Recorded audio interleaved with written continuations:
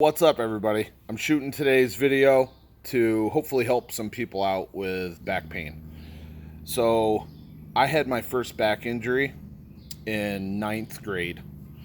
We used to play this game called Greeny Weenie. It was this giant green towel with tape wrapped around it, and basically we'd fight over it. The group of boys would get split up into two groups. Everybody would get a number on each side, on each team. The gym teacher would throw that towel out in the middle of the wrestling room, and he'd call a couple numbers. We'd go over, we'd grab the towel, fight over it, try to get it back to our base. When I was pulling on that, I was in a really bad position, bent over real bad, and threw my back out. And to this day, I still have problems with it with that being the first instance of injury. And just recently, I had the first bout of back pain that I've had, substantial back pain that I've had in several years. I wanted to go over the protocol that I was doing in order to dramatically reduce the pain that I was in. And usually, if my back goes out, then this protocol helps with it.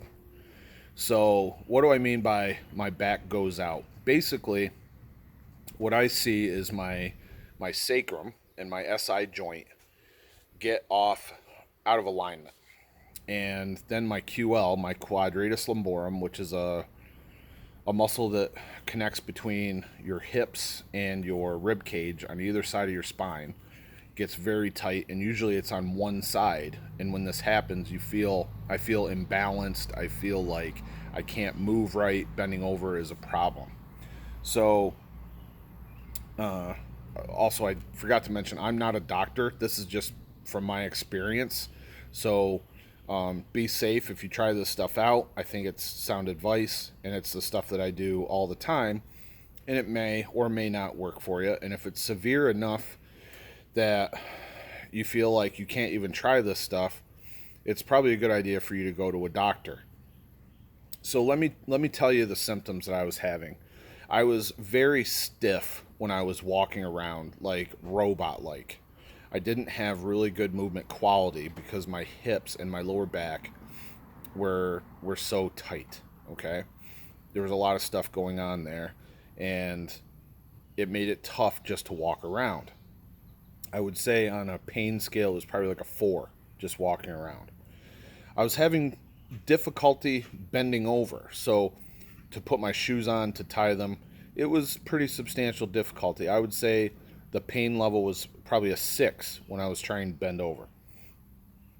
I had pain laying on my back, so I was sleeping on my side, which isn't normally a problem at all. I can sleep on my back or my side, and I think I sleep a little bit better on my side. But if I, by chance, ended up laying on my back, then it was pretty substantial pain. I would say probably up around an 8 out of 10. And then it was bad enough that I didn't dare do my deadlift workout that week. So, I've had minor issues here and there. Still pull a PR on a deadlift variation. But this was bad enough that I felt like it was unsafe to even test any sort of deadlift, even my lighter ones that I would turn to in cases where I wasn't feeling 100% that day. So again, I'm not a doctor, and if this is your first back injury, you may want to go see a doctor and get assessed. But if it's something that's like a recurring issue for you that takes time to resolve, maybe this protocol will help you out a little bit in order to flush the blood with area, traction the area, maybe even out an imbalance, and maybe shut some muscles off that are overactive, that are causing an issue for you. So the first thing that I started doing was reverse hypers. So this is not normal work set weight that I was doing. I reduced the weight quite a bit. I would say I took about 150 pounds off or so. And what I was doing was, I wasn't even trying to raise the reverse hyper up to the same height. I just wanted to get it moving. What I was mostly emphasizing was getting the weights to swing under the platform and traction my spine. So tractioning is where you lengthen the spine, you get the joints to kind of separate a little bit, and you stretch the muscles out. So that has proven to be very beneficial for me over the years. So I did that a few times, maybe 3 sets of 10 if I would estimate. I also incorporated some hanging, which I never do. But I felt like because one side, my right side, was tighter than the other, that maybe some hanging would possibly do the trick. So I just reached up, grabbed onto my Metolius rock rings that hang off my chin bar all the time, and I just hung for about 3 sets of 30 seconds a few days during that week. I also did a bunch of glute kickbacks. Like basically anytime I walked past one of my glute kickback bands, I would throw it on my feet and do a set of 15 to 20 on each side just to keep the area full of blood.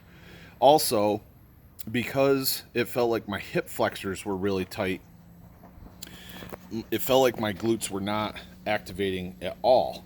So I was trying to turn the glutes on a little bit and hopefully, have some reduction in pain. Several days I would do front thigh and hip flexor stretches and trying to work on loosening up the front of the hip, the thigh muscles, and also trying to get into the hip flexor.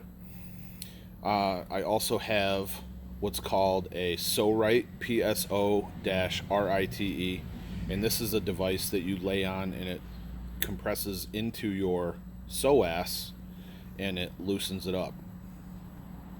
And I was doing that for probably like a minute to 3 minutes. And, I would like watch a video or read something, do some emails or something while I was in that position. So it could have been a little bit longer than 3 minutes, to be honest with you. Now, just this combination of stuff was enough to reduce the pain levels by about 50% for about an hour. So I knew that I was on to something in that some of these muscles were just way too activated and causing a little bit of an imbalance and the inability to fire my glutes. So there was definitely something going on there, either in the iliopsoas complex or with the SI joint and the quadratus lumborum, which all this stuff kind of works together. So when you have a problem with one, you generally have a problem with others. At least I do in my case.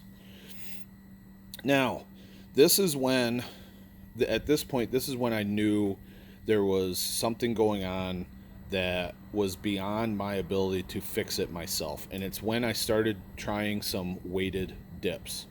So I set up the dip platform and I put the dip belt on and I hung a 45-pound weight off of the dip belt.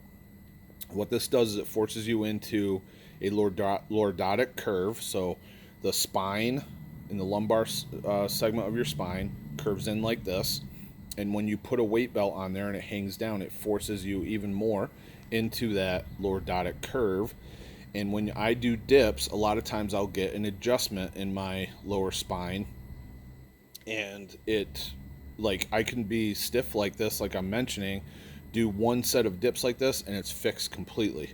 However, after 3 sets of about 5 reps with 45 pounds hanging off my body, there was no adjustments, and it was just as tight as it was before trying this, and I got no resolution whatsoever, no release, no relaxation of the muscles, and I knew it was time for a chiropractor appointment.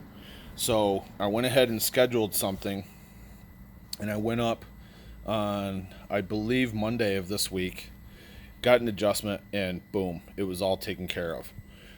So something had to have happened with my sacrum to throw it off.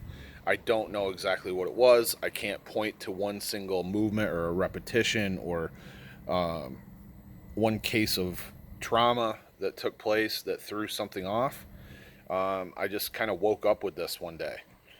I believe my sacrum was off. It could have been a really tight piriformis even. And unfortunately, I didn't remember to ever address that in my stretching protocol. So as a result, if that